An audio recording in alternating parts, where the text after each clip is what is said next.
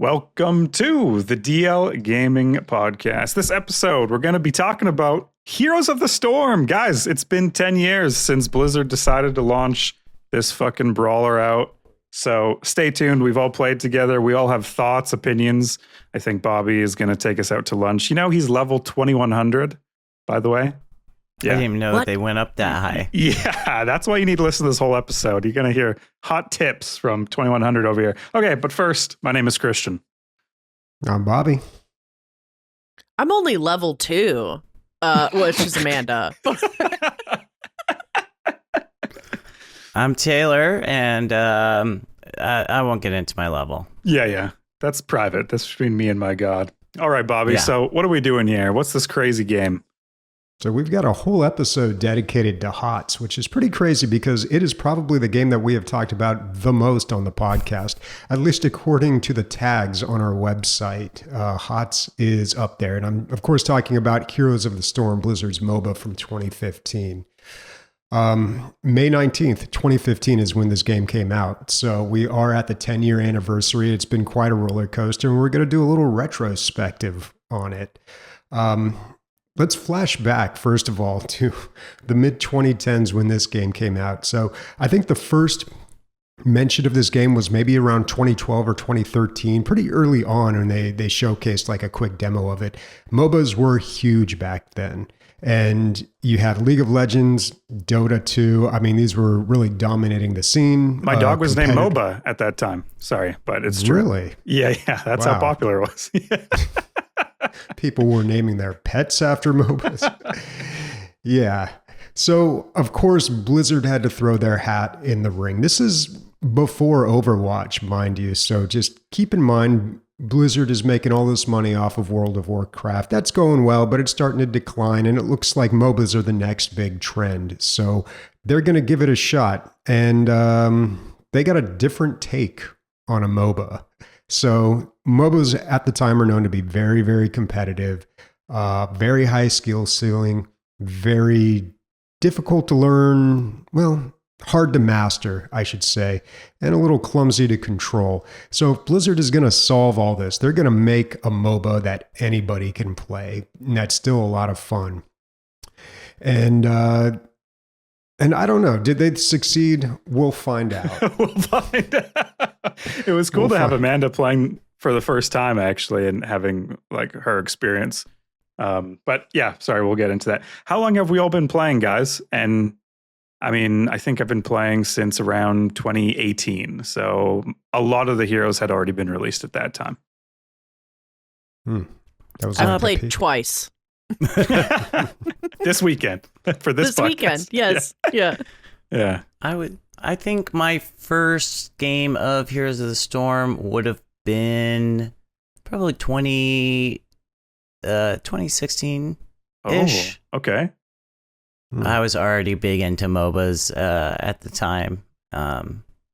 And younger Taylor looked down on Heroes of the Storm as a game for petty casuals. Yes. So I was not immediately drawn to it. Yeah. I probably have the most history with Heroes of the Storm here. People who are listening to this podcast, who have been listening for a long time, this is no surprise. I was straight up addicted to this game for a very long time. And I started playing in the early beta. In fact, you can go back and listen to the first episode that we talked about Heroes of the Storm back in 2014 and get my fresh, raw take of what I thought of the game when I first played it. Yeah, and I'll find the link to that episode and we'll put it in the show notes there. But yeah, I've been playing this game for a long time. I've seen the ups and downs, and ultimately it was one of those games that I just had to put away because I was just way too hooked on it. Yep. Yeah, I didn't know you played during the beta, dude. That is actually blowing my mind. I wish I would have gone back to that episode and like pulled sound clips. Like, what did old Bobby think? Does new Bobby think differently than old Bobby? Maybe. Okay. Moving on. So just a little palate cleanser, taster intro here. I just want to go over what is our favorite heroes and or roles in the game. Yeah, maybe Taylor, why don't you start us? Oh, yeah, sure. Yeah, just real quick before we get into that, I just wanted to make it clear for all of our listeners what MOBA actually means. Okay.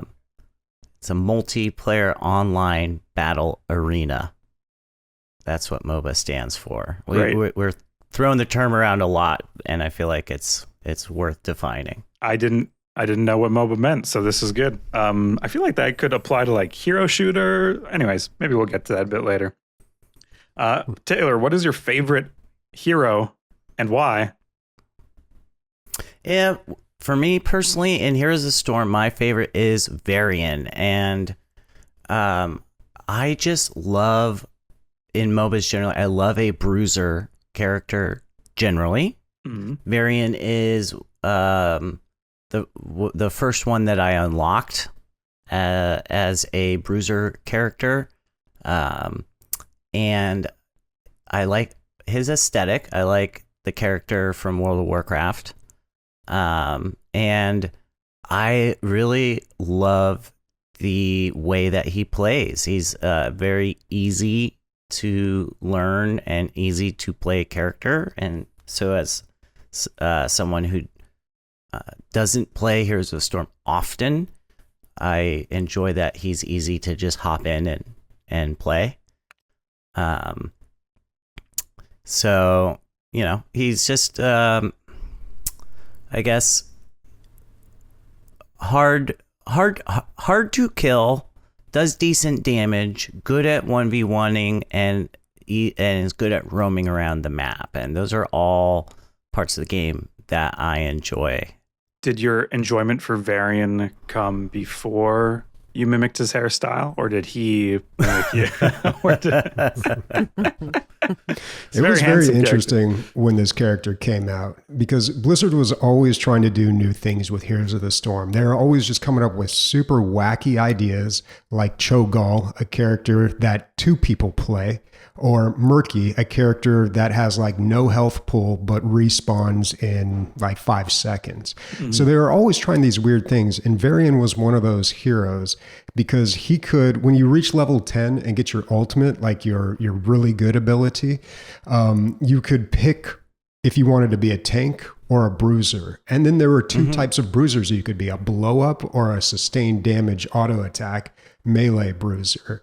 So he was this very versatile character that could go either direction and fill multiple roles. It was one thing I'll give Blizzard. They had great character design. Like they really innovated.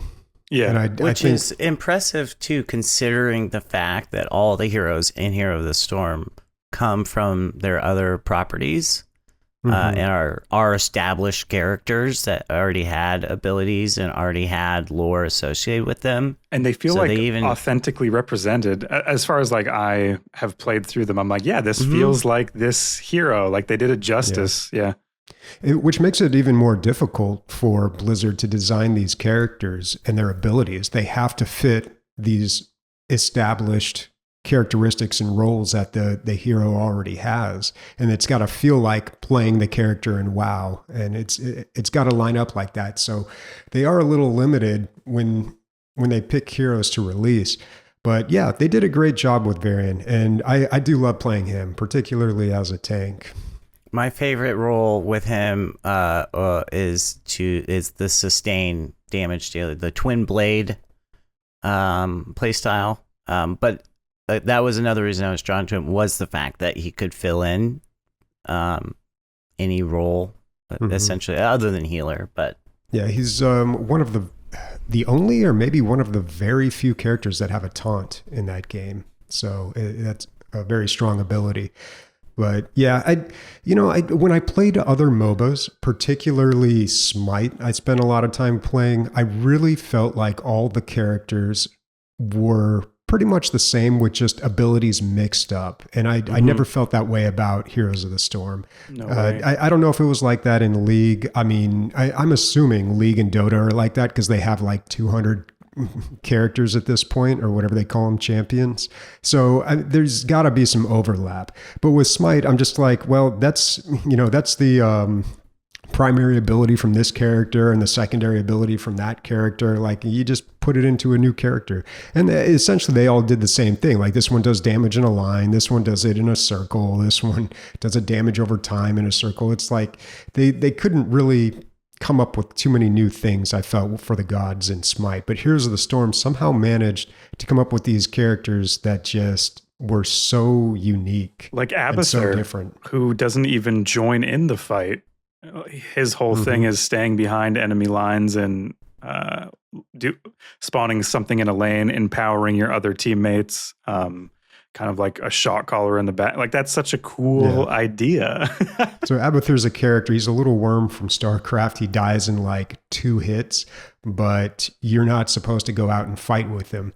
You can like, they call it hatting because he pops up. If you've played StarCraft, you know what it's like, but they pops up and like basically assists another character, like buffs another character. He can also jump from lane to lane and soak XP too. So he's a really fun hero to play, as well as the Lost Vikings, which is 3 characters split up that you can move around the map if you really want to. If you got those clicks per minute, then that's one of the most difficult, or I guess highest skill ceiling characters in the game, in my opinion.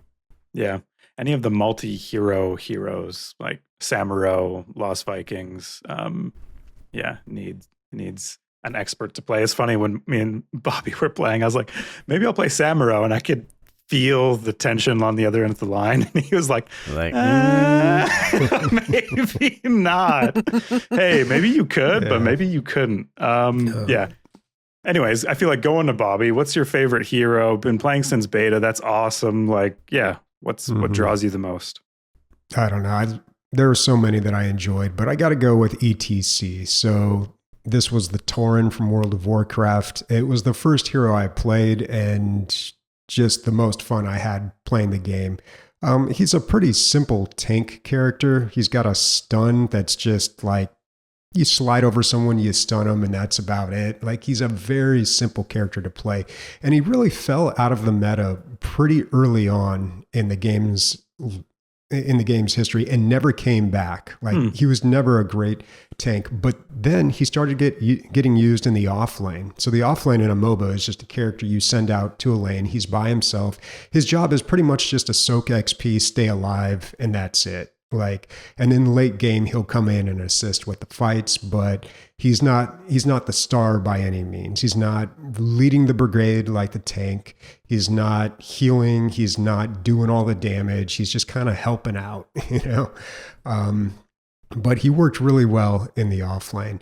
And just like, that's the character that honestly, when I came back to play this time, it's been years since I played, but I should have started with him because he is the most familiar character for me. Nice. I'll go. I also like a tank, a new Barak.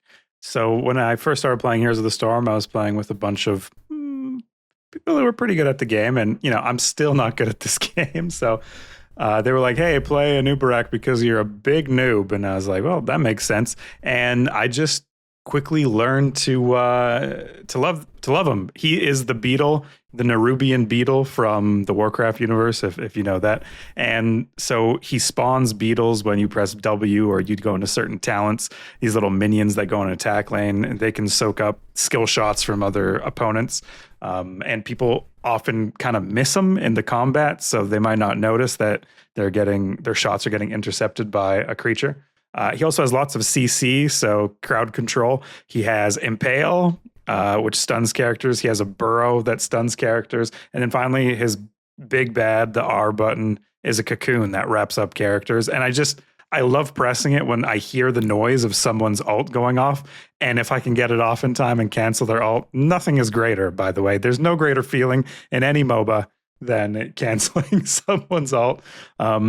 Also, I feel like he's a pretty easy hero to kind of, as long as you don't burrow directly into the enemy team and kill yourself.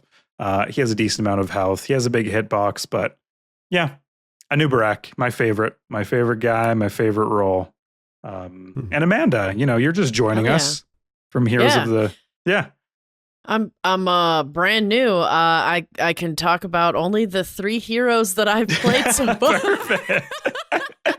The first one being Tassadar, who is the range assassin hero from the StarCraft universe. I liked him. I liked even more how Bobby described him, which was just spam Q Nice. for Bolt. And so that was nice. But I do a lot of these kind of games, even when I played Deadlock and even when I was trying to play League, I noticed that I kind of prefer a style of like jump in a little bit, evade, jump in and evade. And so I do think that kind of more of a ranger or like assassin kind of style is more of my way of playing, because I played Johanna, or, you know, as somebody called me, Jojo Siwa in the game. We'll get into that later. But I played Johanna and I wasn't as big into it, although it's really rare for me to ever enjoy tank in any kind of game. So I'm not surprised that for her it was whatever. Earlier today, I played Vala, who is a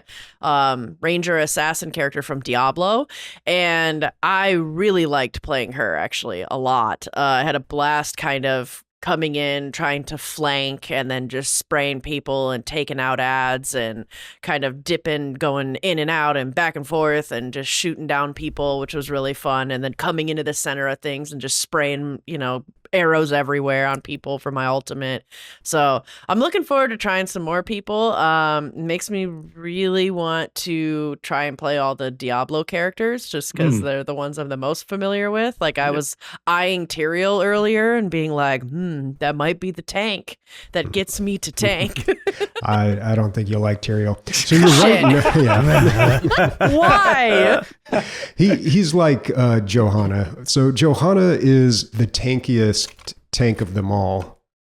She's got a large health pool and all sorts of defensive abilities, shields and everything. But she is very lacking in CC, so she's not a very exciting tank to play.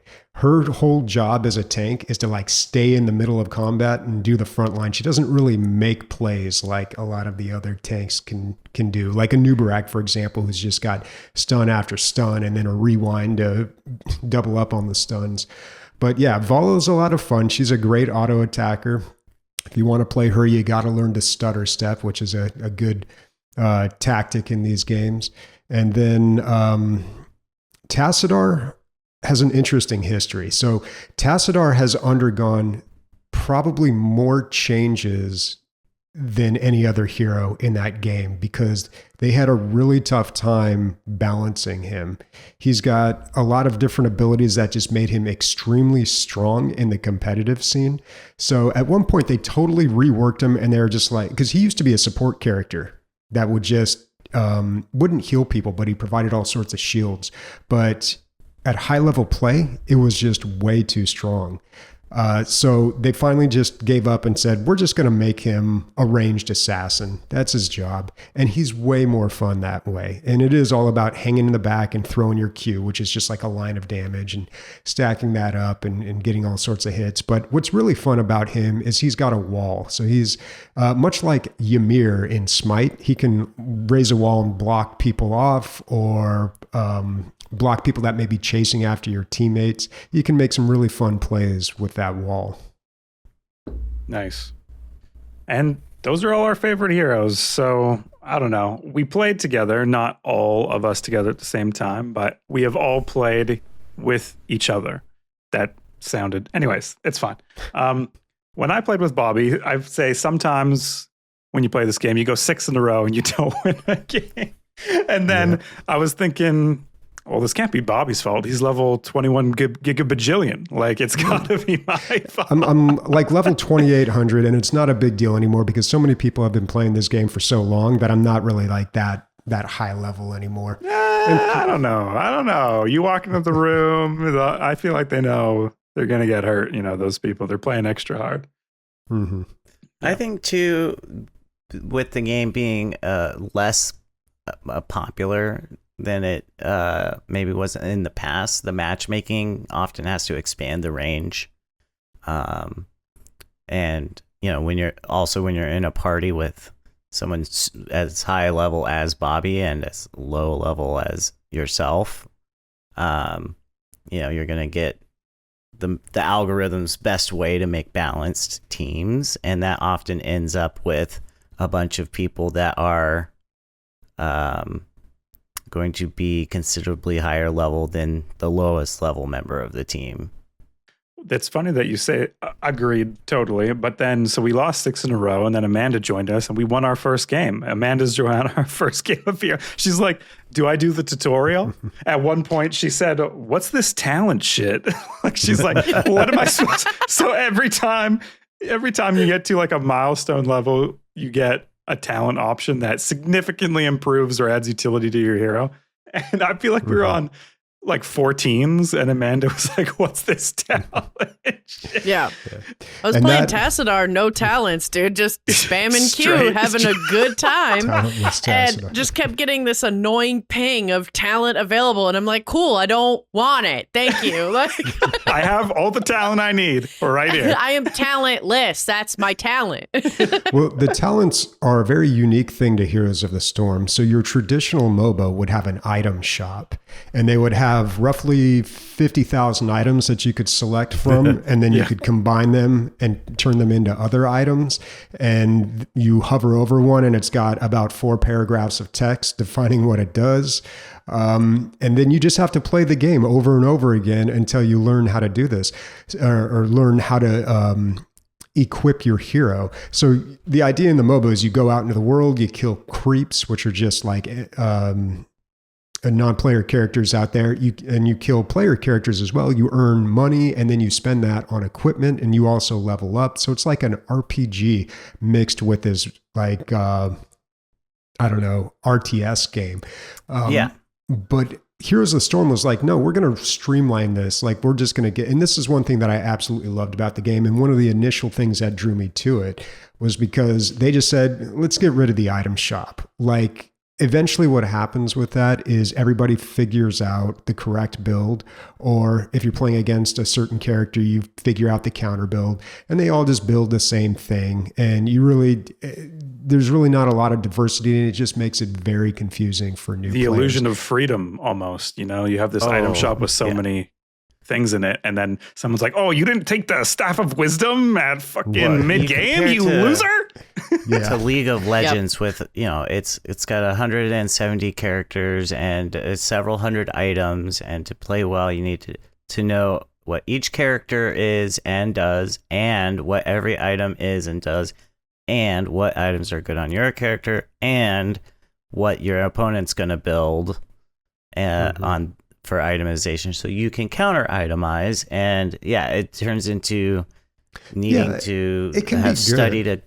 I don't want to knock it, because a lot of people did. They saw Heroes of the Storm come out, and Heroes of the Storm, what it did was it said, okay, when you reach level 1, you get to pick one talent. You get 4 options here. When you reach level 4, you get to pick another talent. When you reach level 7, another, and then so on until you get to 10, where you get your ultimate, and 20, where you get another really powerful upgrade to one of your abilities. So it really just simplified it, and a lot of people saw that as like a downgrade. They're just like, it contributed to the idea that, this game isn't like too easy, which, it did simplify things and maybe streamline it a bit, but also, like, unless you've been playing League for like 15 years, you're not going to learn that stuff, unfortunately. And the way that Smite dealt with this in Smite 1 and 2 is they've got by default, they set you up with an auto buyer. So it just automatically buys your items for you based on the god that you choose. And then when you get more comfortable with it, you can turn that off and buy your own items. So I will say League of Legends has implemented a similar system too, in terms of recommended items. When you open the shop, you're presented with like 3 options, unless you want to dive deeper in. Yeah. But another big thing about Heroes of the Storm too, and this is what pissed a lot of people off as well, was that your team levels up together. So in your traditional MOBA, usually you have a carry, somebody who you're going to feed, someone that is going to get like all the kills, going to get all the XP, all the items, and they're going to become super strong, and the team is going to rally around them and just basically create situations where this character can just wipe the enemy team. But in Heroes of the Storm, you level up at the same time. Your XP is pooled and everybody levels up at the same time. So if another team hits level 10 and your team is still level 9, everybody just needs to run. And that's probably the biggest mistake new players always make, is engaging when they're at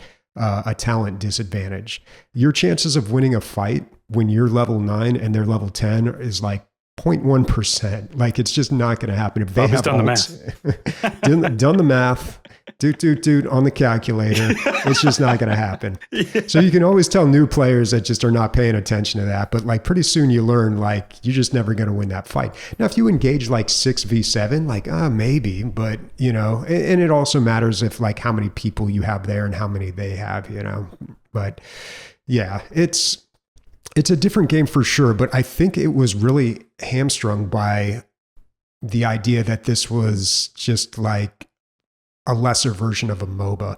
And it also came out kind of late in the MOBA arms race. Yep.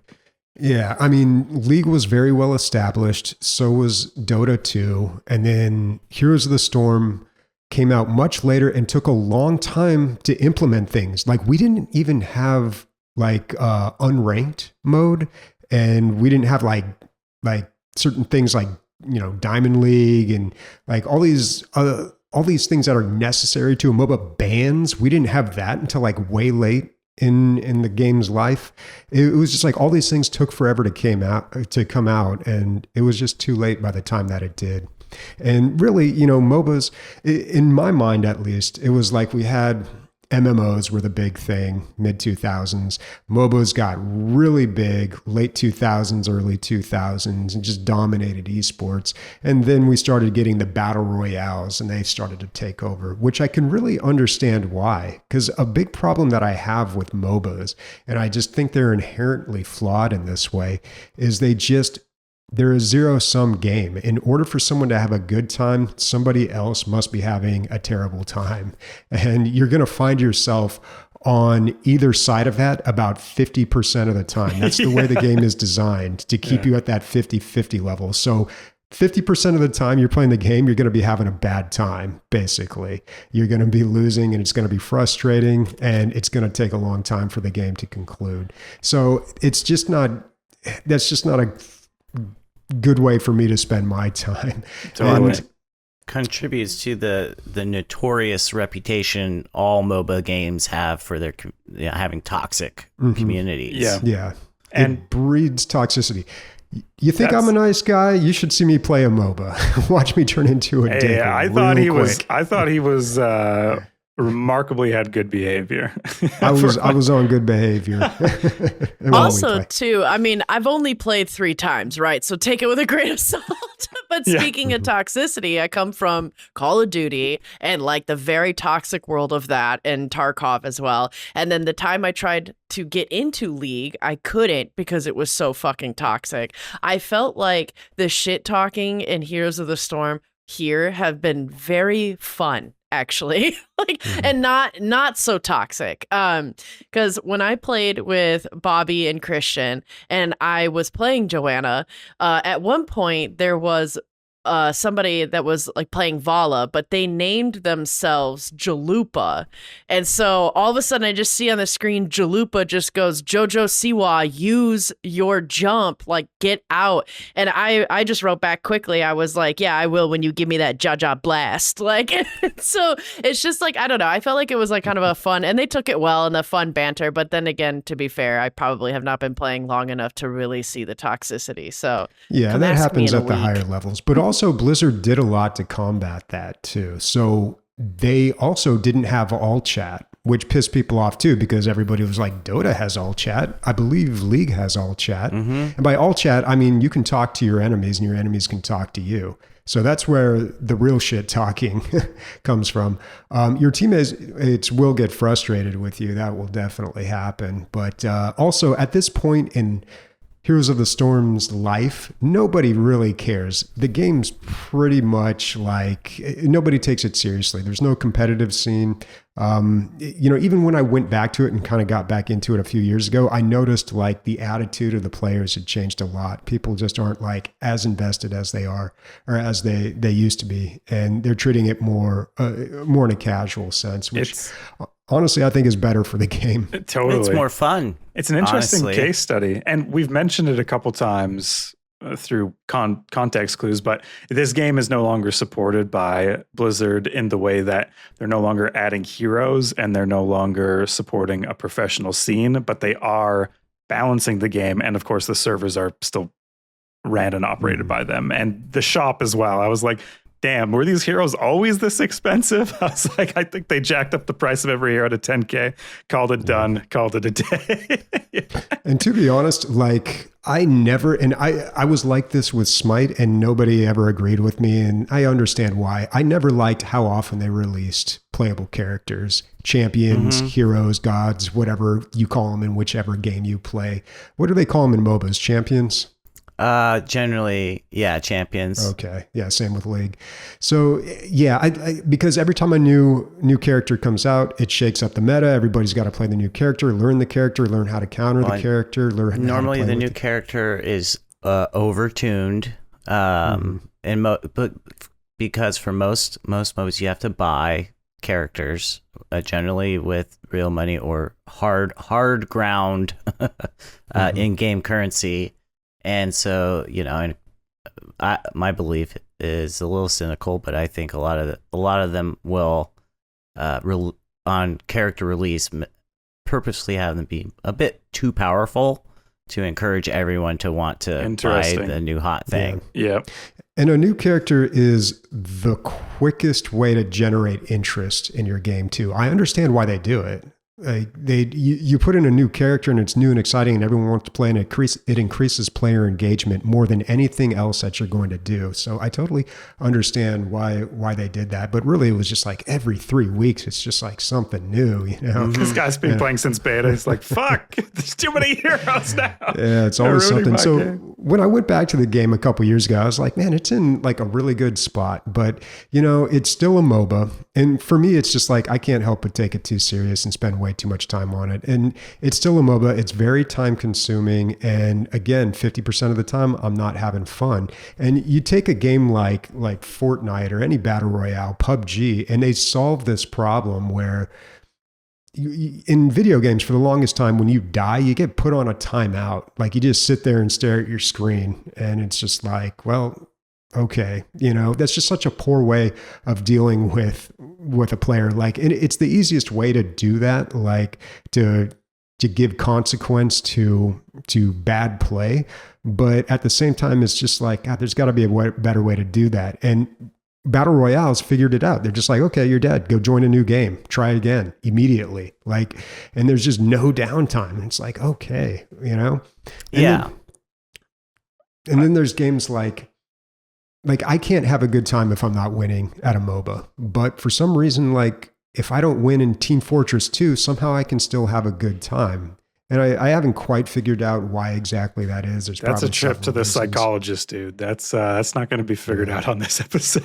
I think one of the reasons, personally, at least for me, is that in a MOBA, they're generally 5v5, 6v6 matches. And so, one, there's less people, like if you're playing Call of Duty, it's like 20 versus 20 minimum, generally. So there's a lot more pressure on each individual on the team. And then generally most MOBAs have defined roles as well. And so, that puts even more pressure. Like, you not only have to be playing well, generally you need to be playing well as a tank or as the engage character or whatever. And I think that really contributes to the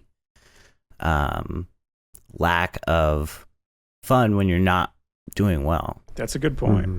I think on the lack of fun point, Bobby, we played ARAM when Amanda first joined, and ARAM for me has kind of been always the mode I've shunned the most because I don't know, I kind of want to play the game how it was first intended. But as soon as we played our first game of ARAM, I was like, oh yeah, it's all the best parts of the game. It's the battling, it's one lane, it's all random, so you get to try out new heroes and people aren't on the hero they've played a million gigabajillion games with. And for someone joining like Amanda, like that was probably way more fun than on a real map with like objectives and stuff to do. Like that could get overwhelming pretty quick. Oh, I don't know. I would say, yeah, like I wrote in my notes, I made like private notes. I wrote like first impressions of the game, and I just wrote overwhelming in caps. And this is probably the least overwhelming of all the MOBAs, right. But yeah, I don't disagree. I mean, but then again, I don't know. Like I did play a lot of Deadlock actually, and really liked that. And that was a MOBA, but that was also a first-person shooter, and it was a little different. And like not coming from a MOBA world too, there were certain things that I thought were just Deadlock, but weren't. Like the item, which you guys just talked about with the item shop. As you're leveling up, you can buy more items. Like Deadlock did that. But with this, I think a lot of the overwhelming thing was just like, yeah, level, like there were so many modes, so many characters, and then like every time you leveled up, there's like shit going on, and then when you finished a game, it was like, like I won a slot machine, gambling, fucking play me more kind of thing. That kind of stuff does tend to overwhelm me. And I think with ARAM, it was really cool, but I'm so grateful that today I got to play the game how it was supposed to be played, because it did make me appreciate ARAM more. Like when I first joined in, I was like, man, is this how it is? Is that you just randomly have to pick somebody? What if I don't want to play any of these kind of fucking characters? Like I have to, like, okay. But then, I don't know. I thought it was kind of neat too. And you're right. Like playing the first original game earlier today, it was kind of like, okay, I have to keep in mind like which lane I'm going in and which camps we have to take over. And we have to step on this shrine to unlock these things. And now there's a dragon knight that we're trying to be and fight with all of this stuff. And it seemed like a lot, but I don't know. I'm kind of here for it as well. Like I could see how that was really cool and really fun. And it's just, yeah, as a new player, it's like, okay, know when to pop in, when to pop out, when to fight, when not to fight, keeping track of your XP and the mini map and what all your other people are doing and what you're doing and the people in front of you. Are you lost and confused yet? Okay, there's more. And then it's fine, but it honestly is fun, and I'm kind of excited to get back into it. But I am very thankful, weirdly, that that my very first experience with this was ARAM and playing that way, because it was just kind of like, we're gonna take a bit of that, decision overwhelmness of like, you have so many options. So what is it? The option paralysis or whatever. We're going to take some of that away. So that way, then you can just pick one of these. Great. Go. Yeah. And Heroes of the Storm tried to brand themselves as a heroes brawler. That's like what they called themselves in order to differentiate themselves from a MOBA. They really tried hard at that for a while and nobody fell for it. They're just like, no, you're a MOBA. But they really wanted to say, no, this is a heroes brawler. This is something different than a MOBA, because they were really trying to define their own genre.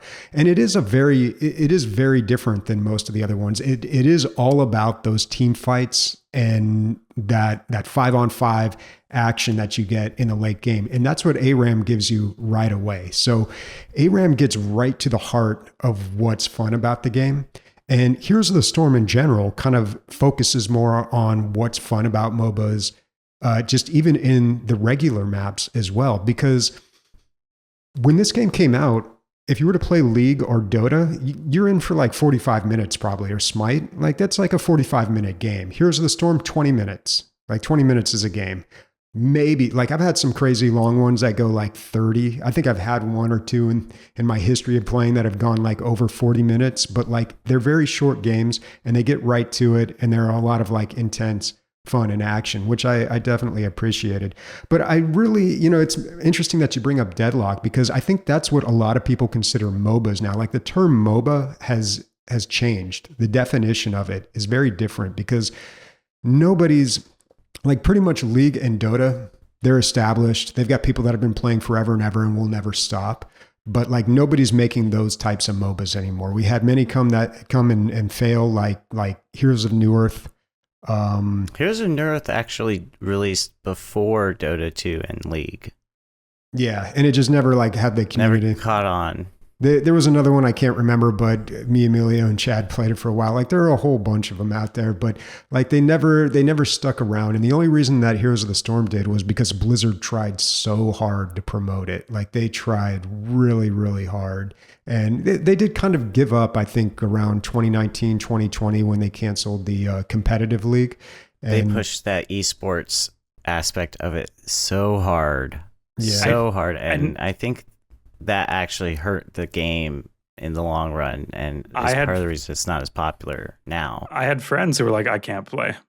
They were like, if they're not going to support a pro league, I guess I misunderstood why so many people were playing. I think a lot of people had semi-competitive leagues that they were involved in with the hope of one day getting to the pro leagues. Like they saw that as an option for them. I never saw it for me because I was shit at the game. But those people were like, well, I have no reason to be so into this game now.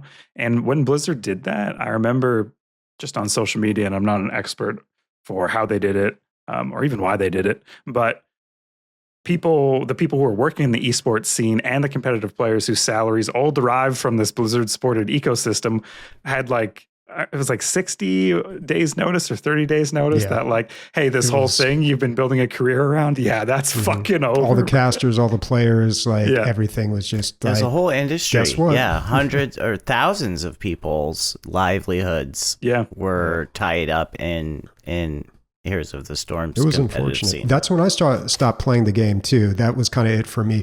You know, it's amazing what a competitive scene can do for a game. When you have that high level play, even if you are never going to participate in it, like that high level play informs like ranked play. So much. Like people watch that, they mimic it, they bring it into ranked play, and it makes the game more competitive and increases the skill base of the players. Totally. Once that was gone, everybody just got worse. Like everybody got worse at the game, for better or for worse. I mean, it wasn't like it was the worst thing to happen in the game. You know, like I said, it's probably in a good spot now. It influences balance as well, though. Too. Yeah, the competitive scene. It was also just fun to watch and like you play soccer. You can also watch professional soccer with other people who are soccer players. And now you are in a culture of camaraderie around this thing that you like. And people had that with Heroes of the Storm. People would like watch these competitive plays together. They would follow certain streamers who were competitive players. Like they would cheer for their teams. Like it was like a prideful ecosystem. And unlike soccer, you don't have to be athletically gifted to have a shot potentially at being professional. Yeah. Bobby, how close were you to being like oh no, I was nowhere near that. Dude. No, I did like some like league stuff. Like I played in some amateur leagues, and that was a lot of fun. I mean, actually participating in like competitive play was great, but it's just no, I didn't have the time to commit to do that. And I just like honestly, MOBAs, I was late to MOBAs. It was so hard for me to learn the controls, and I think Amanda might have struggled with this as well. MOBAs have wonky controls. It's like QWER, your abilities, and then you have 1, 2, 3, and 4 for your other abilities. You move around with a mouse. You got to bump your mouse against the screen to move the screen. You've got to like stutter step, right click. Like it's Attack move. First of all, like PC gaming is kind of poorly designed. There was this book that I read about gaming that I thought was not very good, but he made an interesting point that he'll never play on keyboard and mouse. He always prefers games prefers gaming consoles because a controller is designed for gaming. It was built for that. It's designed to fit in your hand and facilitate gaming. A keyboard and mouse was designed like 200 years ago for like typing, Well, and the keyboard is specifically designed to not be easy to use because typewriters would jam if you typed too quickly. Mm-hmm. So the keyboard layout themselves are unoptimal. So we're using like this archaic piece of technology here, like this thing that was developed so long ago for a completely different purpose, and we're using this to play video games, and let alone a game like a MOBA that just has all these buttons and all these controls and ways of controlling your character. It's just like, and even coming back to the game after so long, that was the most difficult thing for me, is getting my character to do what I want them to do, what my brain is saying, and making that happen in my hands is so difficult and takes so long. And also to Amanda's point, like I think she's kind of like, she liked the game. It sounded like she's kind of hooked. And these games are very addicting. They're addicting in the way that gambling is. Like you lose, and that just makes you want to win more. And you feel like, and what makes it even worse is you feel like there's always room for improvement. you're like, I see what I did wrong. Next time I can do better. And you want to get back in there and you want to do it right this time. And it just hooks you like that. And that's why I can't touch these games. Like, I can't do it, man. Like, I'll just be doing it all day. I won't go to the gym. I won't do my homework. I won't focus on work. It's rough. Yeah. At least though, I mean, if you're playing this game all the time though, Bobby, you know, it's not the same as piano lessons, but at least you'll be working out your fingers similarly because, yeah, like you said, you've got to spread your fingers across the whole fucking keyboard just to play one game. Pretty much. Because there's so many skills, so many things to click. Yeah. Yeah, and I think Dota and League are probably worse because they have a lot of actives. And even in Smite 2, so I noticed one of the many changes they made from Smite 1 to 2 was they now just have one active ability that you get. So they're even simplifying Smite 2 a little bit. And I feel like that's the trend. Like, Heroes of the Storm really did it at first. Like, they really said, okay, we're going to make everything a lot simpler. And everybody was just like, oh, this game's for noobs and casuals. But like now, that's really the trend because everybody's like, you know, it's hard to get like somebody to stick with a game for as long as they would with like Dota or League. I think the reason why I suggested we do this episode is because I was watching YouTube like a month ago and I was noticing that Grubby, who is a content creator I know from Warcraft 3, was playing a lot of Heroes of the Storm. And he also played HOTS when it had its competitive league. And I was like, oh, that's cool. He's getting back into it. And then I watched the video and I was like, man, this game was really fun. And I wonder if this is conspiracy thinking or posting, but it's the 10-year anniversary. I started seeing other people on YouTube play or like coming back to the game. And I don't know if it's just because Grubby was doing it and his videos were getting quite a few views, but like, I do feel like it's a good excuse for some sort of resurgence of the game, you know, whether that just be on the creator side having fun or whether Blizzard wants to do something. Hey, Blizzard, you should come on.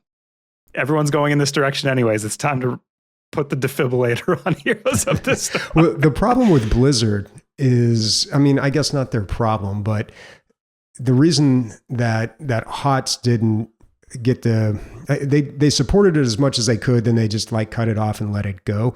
But Blizzard is only interested in that big World of Warcraft, Call of Duty, AAA money. Like they're only interested in the big bucks, dude. They aren't messing around with like the little stuff, dude. If you're not bringing in like a ton of cash, then they're just not going to like invest in it because they're just that large of a business. So I understand why they had to cut Heroes of the Storm loose like that. It's unfortunate. And it's weird to play the game too, because it's got all these loot boxes and all these things from like a bygone era. Remember when those were just absolutely everywhere? Like every game had loot boxes. Yeah, I mean, and also just like the way that you purchase champions, gods, heroes, or whatever, like you either have to grind, or you spend actual money on these, and there's no other way around it. Like you never really see that anymore. The pay that you have to pay real money to buy a separate currency to then buy things, which fortunately so many games are doing away with that now. I've always hated that. Well, there is a purpose to that, though. Like sometimes this was explained by one of the developers of. It's not Warhammer, but what's the one where it's like the old school Warhammer, not like the new age one. I guess it is Warhammer, but not 40K. Warhammer Fantasy. Yeah. What were the Left 4 Dead type games that they made? Oh, Vermintide. Vermintide. So one of the developers of Vermintide 1 or 2 was talking about this, and he said, like, it's the only way that we can serve international customers because we can't deal with all these types of currencies. So that makes sense. Like, I understand why they do it, but it does feel like weird because you've got to buy their fun bucks, and then you like the fun bucks that you buy there don't always add up exactly to the one that you want. They never do. It's like hot dogs and hot dog buns. Yeah, exactly. Yeah. George Banks is saying no. Yeah. Cool. But so that sucks. But then just the idea of like loot boxes, randomness, it's totally just like gambling underneath a very thin veneer. Like they don't do that in games. I mean, there's legislation against it. And also just like gamers are just like, no, this is not mobile gaming. That's gross. We don't want to do that. So and you can still get away with it. I feel like in games that have been doing it for a long time, you can still get away with like selling the new champion that comes out or a skin for them for real money. If you're League or if you're Dota, and like, oh my gosh, forever. League, just real quick aside, League is selling skins, just pure skins, for like $350. And that doesn't get you everything. Even like you can buy a skin for $350 and then pay additional like $100 for a different color, like theme Variants or color scheme. Yeah, Gross. Different chromas and all of this stuff. Hey, they need to make Arcane. $350 for a skin. Yeah, and that's probably where they make a lot of their money. I mean, really, that's where the business is. But if you're League, if you're Dota, you could probably still do that. I mean, Dota, all the characters were free, right? That was their big thing. It's like every character is free, but you know, the cosmetics are. You get the announcer packs and you get the cosmetics and And Smite had an interesting way of doing it too. They're just like $30 and you get every god and every god that we release. So basically $30, you get the entire game. And then you can spend money on skins if you want and other like cosmetics. But I thought that was acceptable as well. But Heroes of the Storm unfortunately followed suit with League of Legends. It was like, no, you got to grind for the heroes or you got to pay real money, and they're not cheap. The ads in Smite as it being blow the more my mind, casual one, by the way. Oh yeah, those are wild. The real the ads. actual ads, yeah. I'm like, wait, what the hell? So in Smite, you can earn in-game currency by watching an ad, and usually it's the same ad over and over again, and they aren't personalized. So it kept showing me like this lawnmower ad.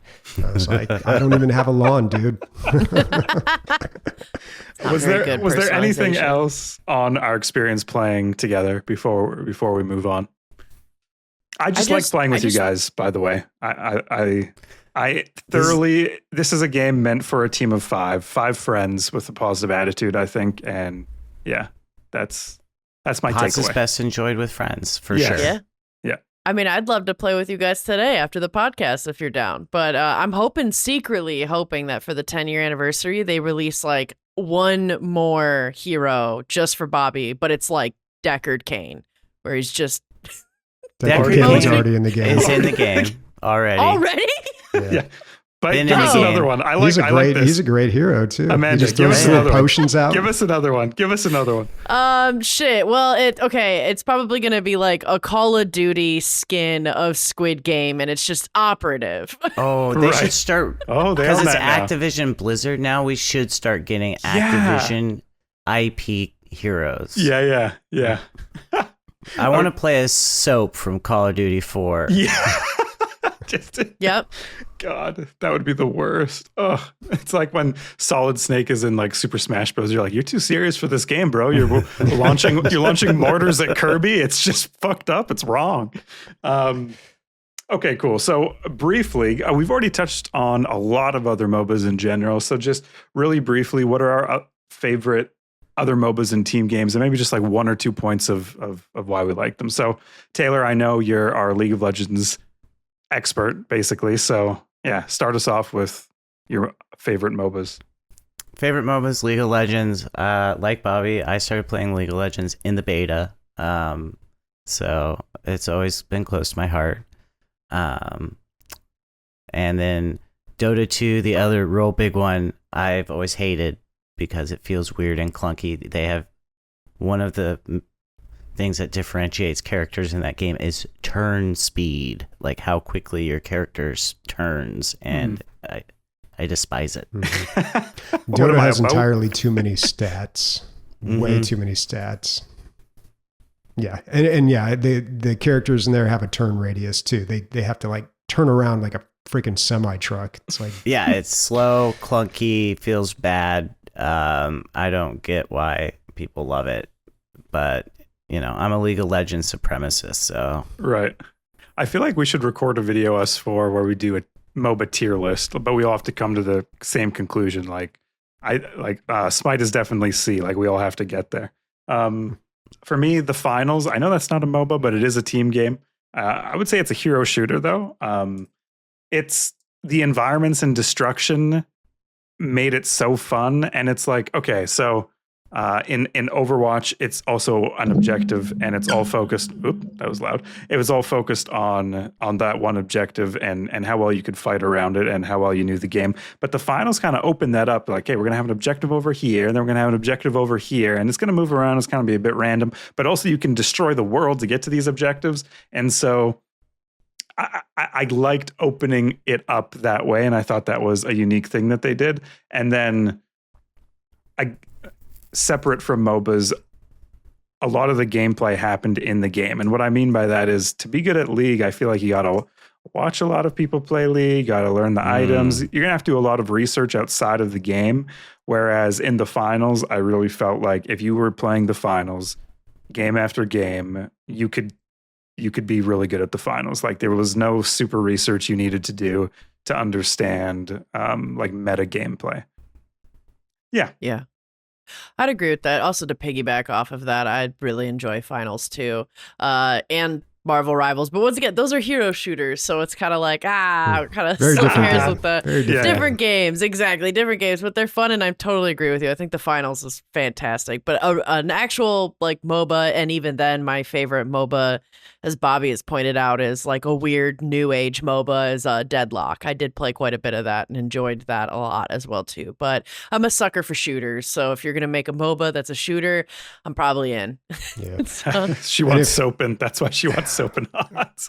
I feel like if we needed any more, like, that's the proof that MOBAs are dead, is that Deadlock just didn't really capture people. Like, it didn't take off. You know, people played it during beta and they're like, oh, okay, cool. And they kind of moved on. And I just don't see too much happening with that game. It's developed by Valve. It's a great game. And it's got like all the signature things of a MOBA, except it is like first person, or I guess like a third person, like Smite or predecessor. But it's, I don't know, man. I feel like MOBAs are a thing of the past now. Dying genre. Yeah. And speaking of dying MOBAs, or actually dead MOBAs, like one that is officially dead that I'll always remember was Super Monday Night Combat. This, again, was a third-person point of view MOBA that I just thought was fantastic. Emilio and I will bring it up every now and then. We played a lot of this back in like 2013 or so, and it wasn't the best MOBA, but it was so much fun, and the characters were so colorful. The medic was like a Mario Italian character, and then there was like this professional wrestler who had a hook like Stitches, and he kept calling people jabronis, and they had these funny announcers that had this really good back and forth, and it was all done like a game show, kind of like the finals. It was such a fantastic game, but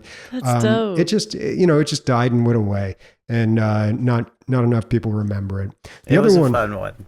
Yeah, sure. It was absolutely great. Like it's one that if it were still around, I'd go back and play, even though there'd be like 4 people playing it. But the other one I wanted to bring up was Awesome Knots. This one, again, is a game that is like nobody's really playing anymore, but is a 3v3 2D MOBA.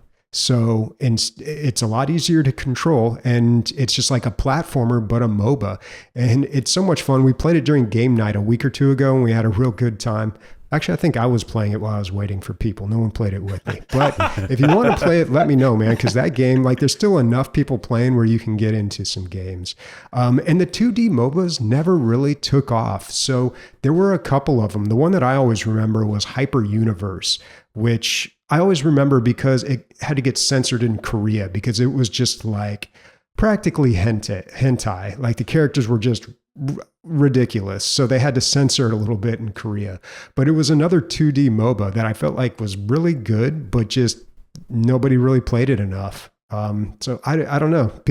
People like drew the line at 2D. They're just like, no, MOBAs can't be 2D. But Awesome Knots, oh man, I would love to rip that up, man. If you guys want to play that after the show, let me know. Ooh, okay. I feel like it's very rare that Bobby says, hey, want to play something after this show? Cool. Sweet. So because this is a themed episode, kind of dropped on everyone, by everyone I mean the community, last minute. Hey, you're listening to Heroes of the Storm. Welcome, 10-year anniversary. I didn't feel like we can't do any listener questions. We can't just do any listener questions for a themed episode. So in the near future, I'm going to release the schedule of all our themed episodes so that you can kind of be aware of when those themed episodes are coming. Maybe you can get excited for them, think about questions. And 2, going to hit you guys with a little bit of a Heroes of the Storm. What am I calling this? 10-year trivia night. Maybe we can come up with a better name as we're going through this. But basically, Taylor, Amanda, and Bobby are going to compete against each other. Obviously, we have an expert player, we have a mid player, and we have a new player. And so I tried to make the trivia accessible for everyone. It's going to be one-on-one trivia. So I'm going to start with Taylor, then go to Amanda, then go to Bobby for these questions. But do your best, guys, and, let the game begin. Let the game begin. Okay. Taylor, starting with you. What is a role you can play in HOTS? What is a role you can play in HOTS? A role, yeah. Tank. Tank. Good job, Taylor. Everyone, clap. Give it up for Taylor. Good. 1 point for Taylor. Okay. Amanda, what is the name of a hero in the game? Vala. Amanda. Yeah. Congratulations. All right, Bobby. Name every tank in Heroes of the Storm. Oh my god. Guys, this is How serious. many are there? I don't want to have this go on too long. 1, 2, 3, 4, 5, 6, 7, 8, 9, 10, 11, 12, 13. And I feel like you could name them all. All right. Maybe Cho from Cho and Gall. Yep. ETC, Diablo, Mirrodin, Johanna, Varian, I think counts as one. Tyrael. This is where I'm running out. Anubarak. Yep. And then, okay, what are the ones? We got World of Warcraft. We got StarCraft. What's a StarCraft tank? Yeah, I don't know. I'm not going to We've got 5 Bobby, more. You're missing Arthas May. Murden? Arthas May. He said Muradin, Garrosh. And maybe did you say Stitches? Maybe you did say Stitches. No. And Blaze, was Blaze in there? Maybe you said Blaze. No, it was hard to keep track. Blaze is the StarCraft one. Bobby, unfortunately, you did not get a point. Okay, back to Taylor. Taylor, what is one map in Heroes of the Storm? A map name.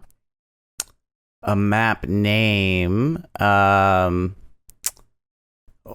don't know what the names of the maps are, but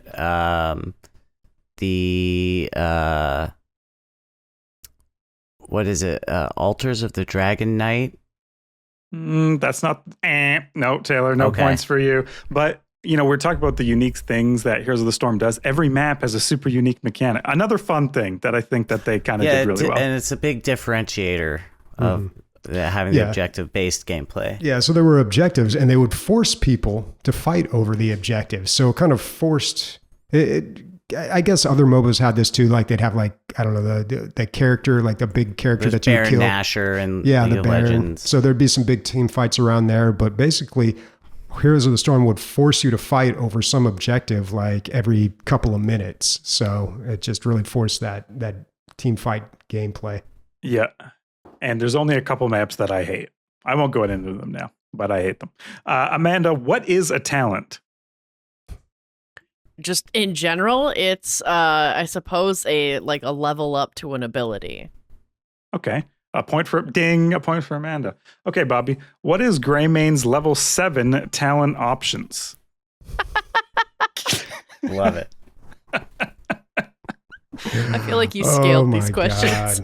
Yeah. Level 7. So I think he gets I don't think he's got a quest one there. He's got one that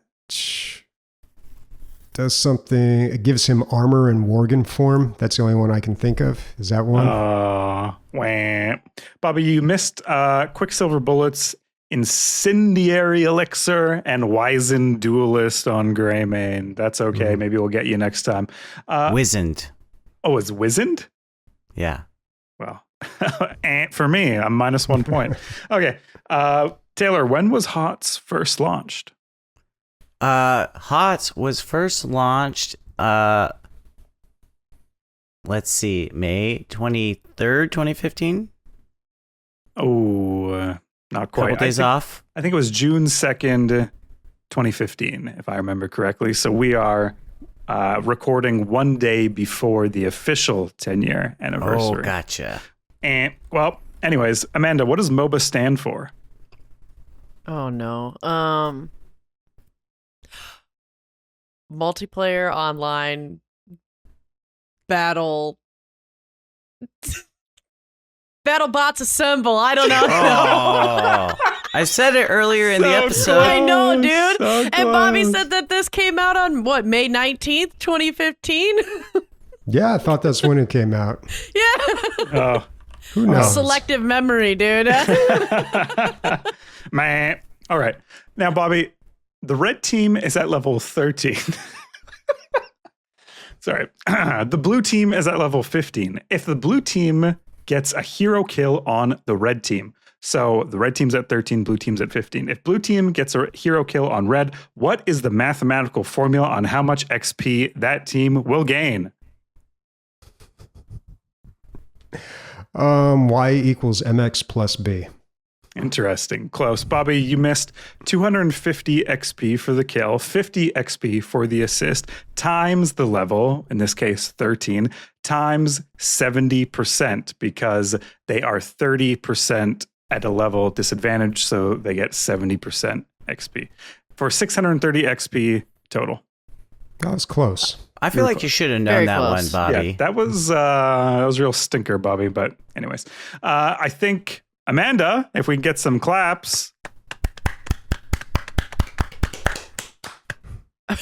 Champ. Hooray for you! I won the MOBA trivia without knowing what a MOBA stands for. You won Yes! Heroes of the Storm 10-year trivia night. Yes. Perfect. Your prize is a crippling addiction that will pull you every free night of your life. So, Yeah, do you guys want to play tonight? want to play? You guys want to play? You want to play? Let's play. Let's play. And so I gotta play all the ends- Diablo characters. Gotta collect them. Okay. Taylor, could you give us the plugs for Yeah. this show? As always, we'd like to thank our supporters, John Vogel and Truth Bringer, being an executive producer and support the show, plus Patreon members. They get brought up on all of our recorded content, so thank you both. I'd also like to just shout out to everyone that's listening. If you haven't already, join the Discord, play HOTS with us. Yeah. Feed And that then- addiction. As a heads up, we've got another fun episode coming your way next week, all about Summer Games Fest on Steam. So join us for our thoughts and on the show and some new, or hopefully some exciting new game announcements. Yeah. It's time to get hype. It's summer of hype, like every summer in gaming. So, And I feel like on that too, I mean, if you want to watch the Summer Games Fest with us, some of us, join the Discord. And Yeah, I don't know. we'll probably be make that watching it there probably happen. Yeah. live. yeah. Yeah. It'll be fun to watch it together. Okay, Amanda, end this MOBA show.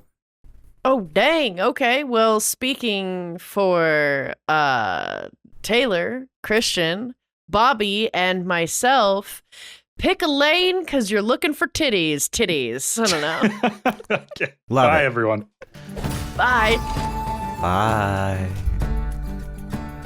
What's Emilio's favorite style? It's tank, isn't it? Brawler. Emilio. Emilio doesn't play MOBAs. Yeah, I can't remember playing. He played Smite.